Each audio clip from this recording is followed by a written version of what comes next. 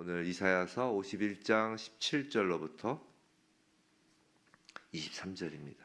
51장 17절로부터 23절. 우리 한 목소리로 함께 받들어 읽도록 하겠습니다. 여호와의 손에서 그의 분노의 잔을 마신 예루살렘이여 깰지어다 깰지어다 일어설지어다. 내가 이미 비틀거름치게 하는 큰 잔을 마셔 다 비웠도다. 내가 낳은 모든 아들 중에 너를 인도할 자가 없고 내가 양육한 모든 아들 중에 그 손으로 너를 이끌 자도 없도다. 이 두 가지 일이 내게 닥쳤으니 누가 너를 위하여 슬퍼하랴. 곧 황폐와 멸망이요 기근과 칼이라. 누가 너를 위로하랴. 내 아들들이 곤비하여 그물에 걸린 영양같이 온 거리 모퉁이에 누웠으니 그들에게 여호와의 분노와 내 하나님의 견책이 가득하도다. 그러므로 너 공고하며 포도주가 아니라도 취한 자여 이 말을 들으라. 내 주 여호와 그의 백성의 억울함을 풀어주는 내 하나님이 이같이 말씀하시되 보라 내가 비틀거름치게 하는 잔 곧 나의 분노의 큰 잔을 내 손에서 거두어서 내가 다시는 마시지 못하게 하고 그 잔을 너를 괴롭게 하던 자들의 손에 두리라. 그들은 일찍이 내게 이르기를 엎드리라 우리가 넘어가리라 하던 자들이라. 너를 넘어가려는 그들에게 내가 내 허리를 땅과 같게 길거리와 같게 하였느니라 하시니라. 아멘.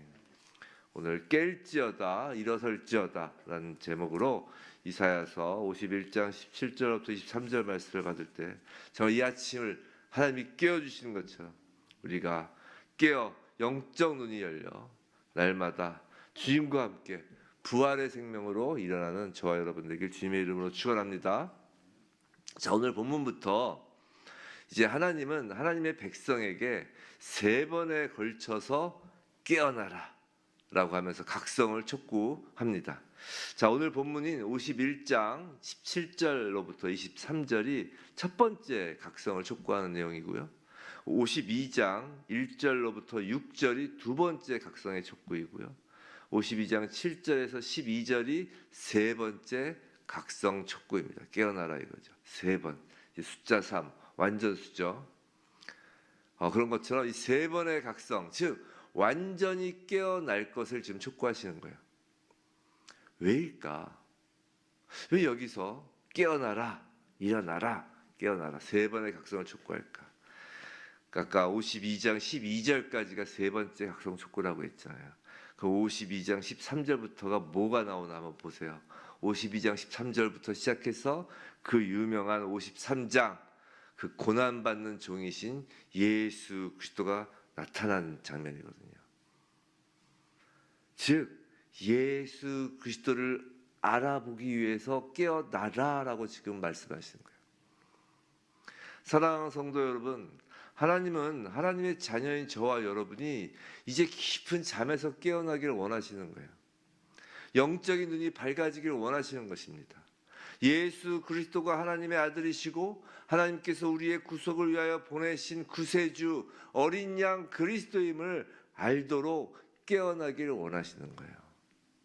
성도 여러분, 타성적으로 교회를 다니고 별 감흥 없이 예배를 드리면서 자신이 그리스도인이고 신앙생활을 잘하고 있다고 생각하는 무늬만 성도인 사람이 얼마나 많은지 모릅니다. 이스라엘 백성들도 구약의 이스라엘 백성들도 제사를 때마다 드렸고 자신들이 선택된 민족으로서 나름 율법도 지키며 잘하고 있다고 생각하였다고요. 하지만 그들은 예수 그리스도를 알아보지 못하였고 예수 그리스도 십자가의 죽이라고까지 했단 말이에요. 깨어있지 못하고 영안이 열리지 못하면 예수 그리스도를 보지 못하게 되고 예수 그리스도를 보지 못하면 아무리 교회 생활 열심히 하여도 예수 그리스도와 무관한 자로 남겨진다는 것입니다. 신앙의 기초로 돌아가야 합니다. 오늘 하나님은 신앙의 기초로 돌아가서 깰지어다 일어나라 라는 말씀에 우리가 깨어 반응하게 되기를 하나님께서 원하시는 것입니다. 자, 오늘 본문에서 하나님은 예루살렘을 향해 외치십니다. 깰지어다 일어나라라고 말이죠.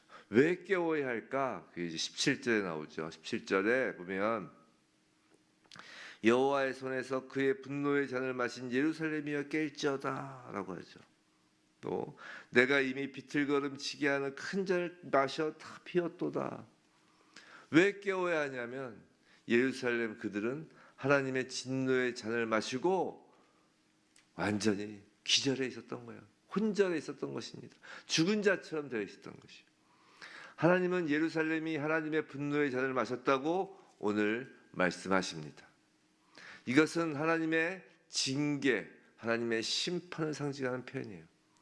잔할 때 잔이라는 표현을 성경에선 종종 하나님의 축복을 표현하기도 하고 하나님의 심판을 상징하기도 합니다.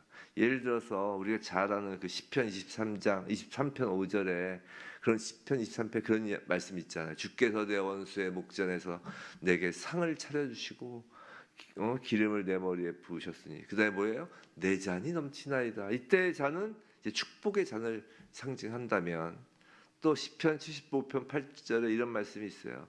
여호와의 손에 잔이 있어 술거품이 일어나는도다. 속에 섞은 것이 가득한 그 잔을 하나님이 쏟아내시다니 실로 그 찌꺼기까지도 땅의 모든 악인이 기울여 마시리로다 라는 말씀이 있어요. 여기서의 잔은 이제 심판을 의미하죠. 이렇게 잔은 종종 하나님의 축복 또는 하나님의 심판을 상징합니다. 예루살렘은 지금 오랜 죄악으로 인해 하나님의 심판, 징계를 받았다는 것이에요. 그들은 바벨론에 의해 멸망당했고 포로로 잡혀갔습니다. 그 결과로 하나님의 진노의 잔을 끝까지 다 마셔 비워버렸다는 것이에요.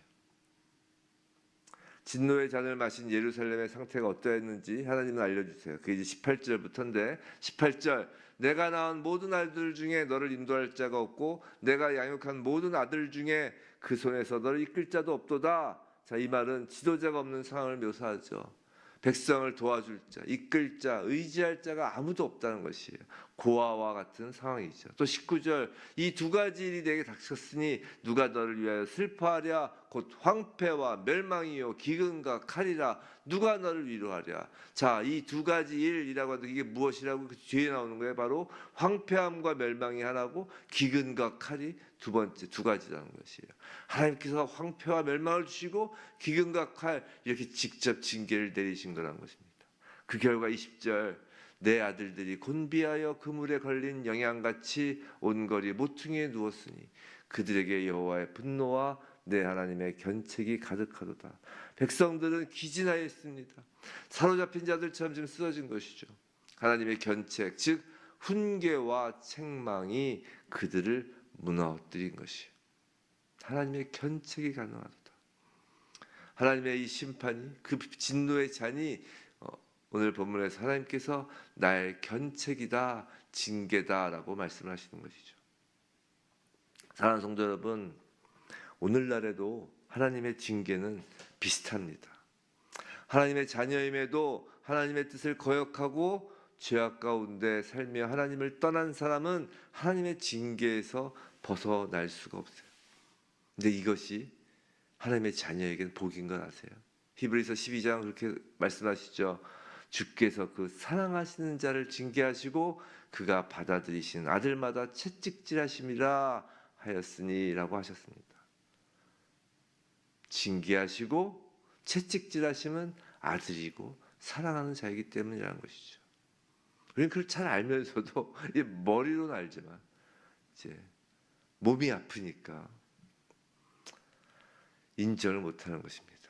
성도 여러분, 하나님은 하나님의 백성된 자들에게 진노를 내리시지만 반드시 그 진노의 잔을 거두시는 때가 있어요. 하나님 자녀에 대한 하나님의 진노는 심판의 선언이 아니라 오히려 회복의 약속입니다. 21절 그래서 말씀하십니다. 그러므로 너 곤고하며 포도주가 아니라도 취한 자여 이 말을 들으라.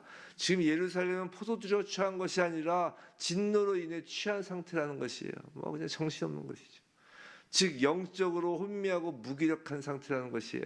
하나님의 진노가 너무 커서 감당하지 못하고 정신을 잃은 것과 같습니다. 그러나 그런 그들에게 하나님께서 말씀하시는 거예요. 이것이 회복의 약속이라고요. 22절 내 주 여호와 그의 백성의 억울함을 풀어주시는데 하나님이 이같이 말씀하시되 보라 내가 비틀거름치게 하는 잔 곧 나의 분노의 큰 잔을 내게서 거두어서 내게 다시는 마시지 못하게 하고 하나님께서 이제 그 진노의 잔을 거두시겠다고 선언하십니다. 하나님 백성에게 임한 심판은 끝이 났습니다.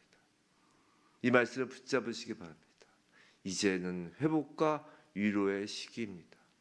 더 이상 그들이 진노의 잔을 마시지 않게 하십니다.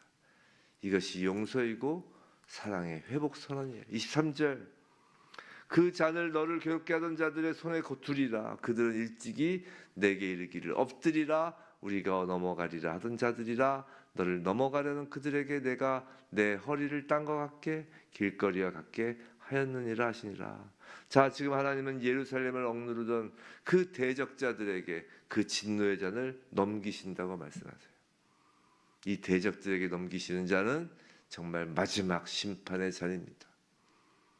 이제 심판은 대적에게, 구원은 하나님의 백성에게 임하게 되는 것입니다. 깨어나라는 것입니다. 사랑하는 성도 여러분, 우리도 본래는 하나님의 진노 아래 있던 존재였어요. 에베소서 2장 3절에서 그렇게 말씀하시잖아요. 전에는 우리도 다 그 가운데서 우리 육체의 욕심을 따라 지내며 육체와 마음에 원하는 것을 하여 다른 이들과 같이 본질상 뭐라고요? 진노의 자녀였더니 진노의 자녀였더니라고 말합니다.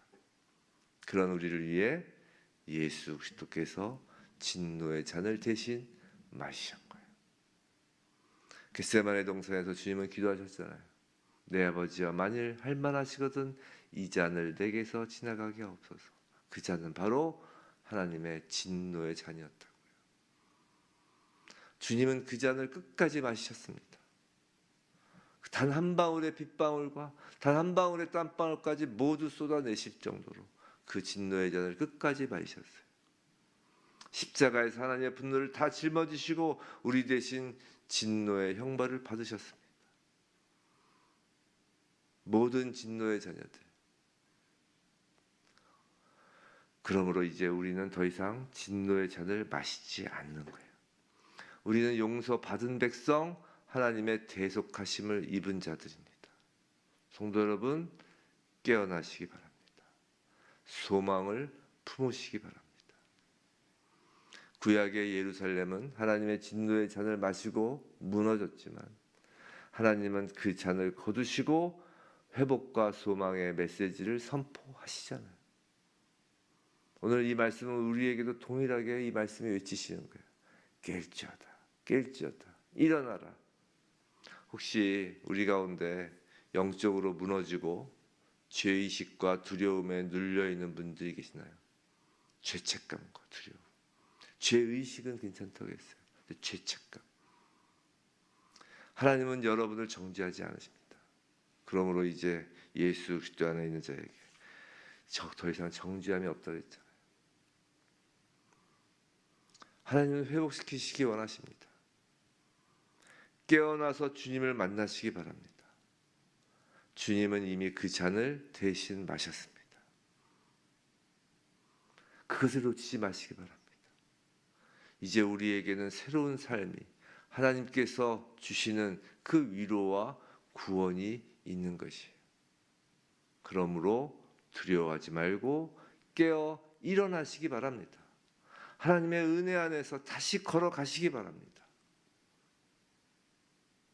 부디 무늬만 교인으로서 그렇게 잠자지 말고 하나님 말씀에 우리의 영혼 육이 다 깨어나 예수 그리스도를 바라보고 예수 그리스도와 함께 일어나 그 구원의 영광, 부활의 그 생명을 누리는 그런 교회 성도이길 주님의 이름으로 축원합니다.